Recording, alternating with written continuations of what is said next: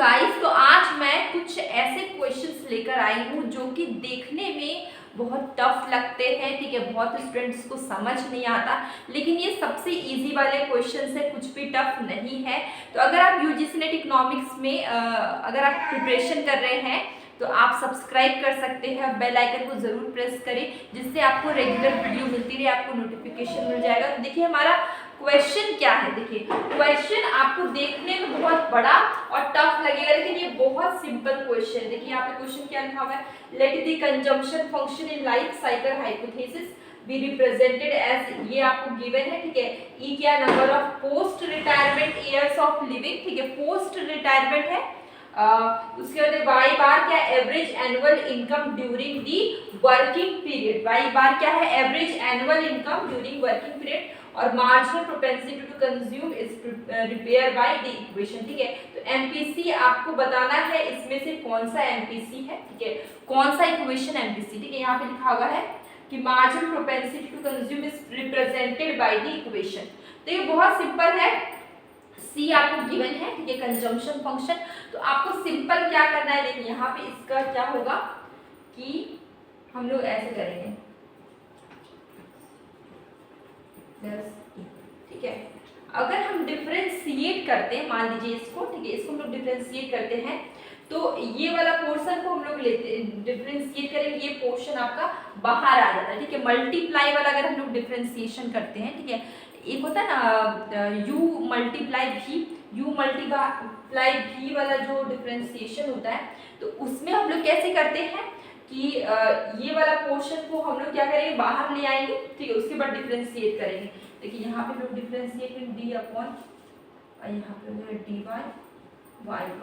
ठीक है, तो ये आपका डिफरेंशिएशन हुआ y अपॉन वाई प्लस ई। ठीक है, और हम लोग इसको डिफरेंशिएट करेंगे, ये आपका u मल्टीप्लाई v, मतलब u भी के फॉर्म में है।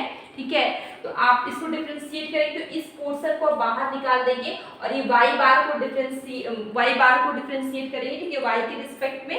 ठीक है, तो हमारा क्या आएगा d, देखिए यहाँ पे देखिए ये वाला हमारा क्या होगा, मेन होगा, ये आपका क्या निकल गया, एमपीसी का इक्वेशन निकल गया। आपको कंजम्पशन फंक्शन गिवन था, आपको एमपीसी का इक्वेशन निकालना था। तो बहुत सिंपल है, आपको ये वाला चीज को बाहर निकाल देना है। ठीक है, क्योंकि ये u मल्टीप्लाई v की ये में है, ठीक है, फॉर्म में है।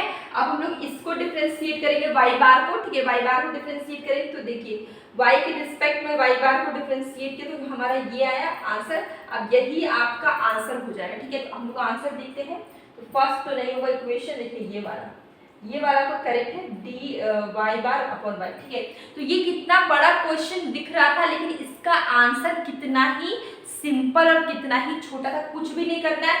ये कंजम्पशन फंक्शन आपको गिवन है। ठीक है, इसमें आपको एमपीसी निकालने के लिए इसको हम लोग कुछ नहीं कि ये जो इक्वेशन था इसको हम लोग डिफरेंशिएट कर दिए, और ये जो है ये u मल्टीप्लाई v के फॉर्म में है। ठीक है, तो आपने डिफरेंशिएशन पढ़ा होगा। ठीक है, तो u मल्टीप्लाई v के फॉर्म में जो डिफरेंशिएट होता है उसको आपने पढ़ा होगा। ठीक है, तो यहाँ पे देखिए ये वाला जो पोर्शन है, ये वाला, इसको हम लोग बाहर निकाल देते हैं, इसको हम लोग डिफरेंशिएट करते हैं। ठीक है, तो वो हम लोग डिफरेंशिएट किए, हमारा आंसर क्या है, बी आया। तो आंसर विल बी,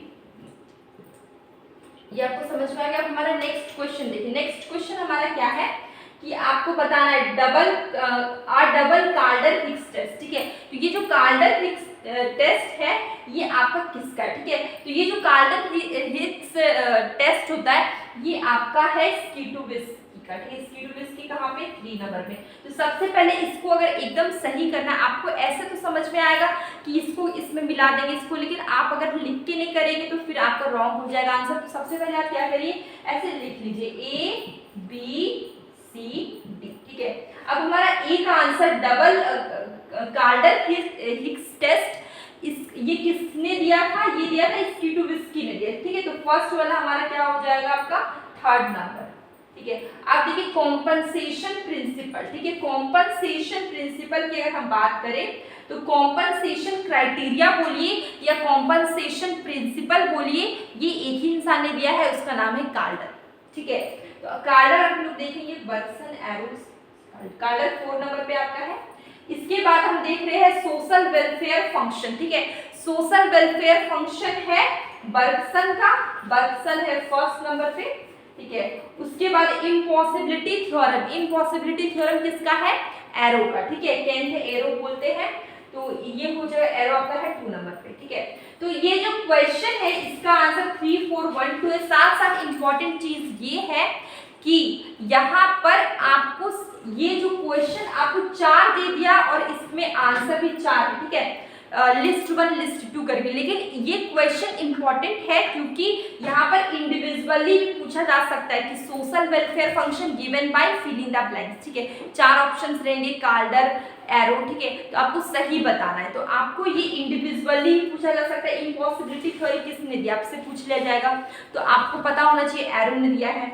फिर सोशल वेलफेयर फंक्शन बर्गसन का है। तो इस तरीके से इंडिविजुअली भी क्वेश्चन पहले भी पूछे गए हैं, अभी भी पूछे जाने की पॉसिबिलिटी है, और ये लिस्ट 1 लिस्ट 2 करके भी पूछा जा सकता है, ठीक है। तो हमारा आंसर 3, 4, 1, 2 है। हम लोग देखते हैं कौन सा करेक्ट कोड है। फर्स्ट में 4, 1, 3, 2, ये तो रॉन्ग हो जाएगा। सेकेंड 3, 4, 1, 2, हमारा आंसर क्या हो गया? बी। तो आंसर विल बी बी। तो अभी हम लोग नेक्स्ट क्वेश्चन करने वाले हैं। ये क्वेश्चन देखिए बहुत ही बड़ा, आज मैंने जो भी क्वेश्चंस लिया वो बहुत बड़े बड़े क्वेश्चंस लिए, ठीक है। तो देखिए पहला क्वेश्चन ये है कि लिस्ट 1 को लिस्ट 2 से मैच करना है, ठीक है। तो हम लोग अब पढ़ते हैं, जैसे कि यहाँ पर हम लोग जो भी चीज पढ़ेंगे, ठीक है, यहाँ पर उसका आंसर लिखें। मतलब लिस्ट 1 जो भी डेफिनेशन है यहाँ पर वो थ्योरी का नाम लिखा हुआ है, ठीक है। तो सबसे पहले है प्राइस पहले हम ऐसे कोड लिख लेते हैं ABCD, ठीक है। तो हमारा फर्स्ट है प्राइस एक्सपेक्टेशन एंड स्टैटिक, ठीक है।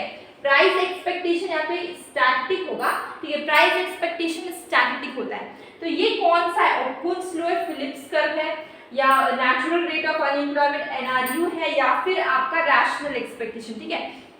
तो जब प्राइस एक्सपेक्टेशन स्टैटिक होगा तो इसको हम लोग बोलते हैं ओकुन्स लॉ, सॉरी इसको हम लोग बोलते हैं फिलिप्स कर्व। इसको ओकुन्स लॉ नहीं, इसको बोलते हैं फिलिप्स कर्व, ठीक है। तो पहला हो जाएगा पर 2। इसके बारे में मैंने डिटेल वीडियो बनाई हुई है, तो मैं इसकी आई बटन में अटैच कर दूंगी, ठीक है। अब हमारा प्राइस एक्सपेक्टेशन और अडैप्टिव, ठीक है। प्राइस एक्सपेक्टेशन है ये आपका क्या है? अडैप्टिव नेचर का, ठीक है। 2 नेचर होता है, एक रैशनल होता है, एक अडैप्टिव नेचर होता है, ठीक है। तो ये अडैप्टिव है प्राइस एक्सपेक्टेशन। तो ये कौन से रूल के अंदर में आता है? तो ये आता है NRU, ठीक है। 2 चीजें हम लोग ने पढ़ी है, NRU natural rate of unemployment, और एक हम लोग ने पढ़ा है NAIRU NAIRU, ठीक है। हम लोग 2 चीज पढ़े हैं, NRU और NAIRU, ठीक है। तो यहाँ पर जो डेफिनेशन है प्राइस एक्सपेक्टेशन और अडैप्टिव, ठीक है, 2 चीजें हम लोग ने और पढ़ी, अडैप्टिव और रैशनल एक्सपेक्टेशन, ठीक है। तो यहाँ पर बात करें अडैप्टिव एक्सपेक्टेशन की, तो अडैप्टिव एक्सपेक्टेशन किस में आएगा? आपका natural rate of unemployment hypothesis में आएगा, ये हो जाएगा 3, ठीक है। इसके बाद हमारा है third, people do not make systematic error, ठीक है। जो लोग हैं वो सिस्टमैटिक एरर नहीं करते हैं, तो ये किस में आएगा? आपका people do not make systematic error, ठीक है। तो ये आपका आ जाएगा आपका रैशनल एक्सपेक्टेशन हाइपोथेसिस, ठीक है। ये किस में आएगा? Rational expectation hypothesis 4। इसके बाद है आपका लास्ट की deviation of output from its natural rate, ठीक है। यहाँ पे क्या आउटपुट में डेविएशन आ रहा है from its natural rate is inversely related to deviation. जो नेचुरल रेट है वो इनवर्सली रिलेटेड किससे है? डेविएशन ऑफ अनएम्प्लॉयमेंट रेट, ठीक है, फ्रॉम इट्स नेचुरल लेवल, उसकी नेचुरल लेवल। तो ये जो इतना बड़ा डेफिनेशन था ये किस चीज का डेफिनेशन? तो ये डेफिनेशन है आपका ओकुन्स लॉ का, ठीक है। किसका डेफिनेशन है? ओकुन्स लॉ का है। इसका हो जाएगा आपका ये ओकुन्स लॉ कहाँ पे है? फर्स्ट नंबर पे, ठीक है। तो इसका हो जाएगा आपका फर्स्ट, ठीक है। तो ये चीज आपको समझ में आ गई। ये क्या है? डिवीजन जो आउटपुट में है, ठीक है, नेचुरल रेट इज इनवर्सली, जो नेचुरल रेट है इनवर्सली मतलब उल्टा, ठीक है, अपोजिट, ठीक है। जो नेचुरल रेट है वो अपोजिट रिलेटेड है, ठीक है, इनवर्सली रिलेटेड है डिवीजन ऑफ अनएम्प्लॉयमेंट रेट से फ्रॉम इट्स नेचुरल लेवल, ठीक है, उसके नेचुरल लेवल से, ठीक है। तो यहाँ पे बोला गया कि डिवीजन ऑफ आउटपुट ये क्या है? नेचुरल यहाँ पर नेचुरल जो रेट है वो क्या इनवर्सली उल्टा रिलेटेड है इससे डिविएशन ऑफ अनएम्प्लॉयमेंट, जो अनएम्प्लॉयमेंट रेट के बीच में जो भी डिविएशन है, डिफरेंस है, ठीक है, उसकी नेचुरल लेवल से, ठीक है। तो ये आपका किसके बारे में, किसका डेफिनेशन था, ये ओकुन्स का था। तो इसका हम लोग का आंसर होगा 2 3 4 1। अब हम लोग कोड्स देखते हैं, इसका कोड क्या होगा, देखिए फर्स्ट में क्या है 2 3 4 1, हमको आंसर फर्स्ट में मिल गया। आंसर हमारा क्या है A 2 3 4 1, आंसर विल बी ए। तो इसी के साथ आज का सेशन में एंड करती हूँ। आज के क्वेश्चंस बहुत बड़े बड़े थे, अगर आपने कंसेप्ट बहुत अच्छे से पढ़े होंगे, ये जो ओकुन्स लॉ वगैरह मैंने नहीं पढ़ा है, अगर आपने अपना सिलेबस क्लियर किया, कहीं से भी आपने पढ़ा, तो ये क्वेश्चंस आप कर लेंगे, ठीक है। डायरेक्टली डेफिनेशन से आपके फॉर्मूला डेफिनेशन से आपको कंसेप्ट पूछे गए थे, ठीक है, जैसे ओकुन्स लॉ हो गया, ठीक है। तो ये सब सारे चैप्टर वाले क्वेश्चन थे, अगर आपने चैप्टर पढ़ा है तो ये क्वेश्चन भी हो जाएंगे, ईजिली हो जाएंगे। तो इसी के साथ आज का सेशन मैं यही पेन करती हूँ, और मैं डेली मॉर्निंग और इवनिंग में MCQs क्वेश्चन पोस्ट करती हूँ, जो मैं आपके लिए करती हूँ, जो कि प्रीवियस ईयर के क्वेश्चन पेपर होते हैं, उससे भी आप देख करिए, आपको बहुत ही हेल्प होगा।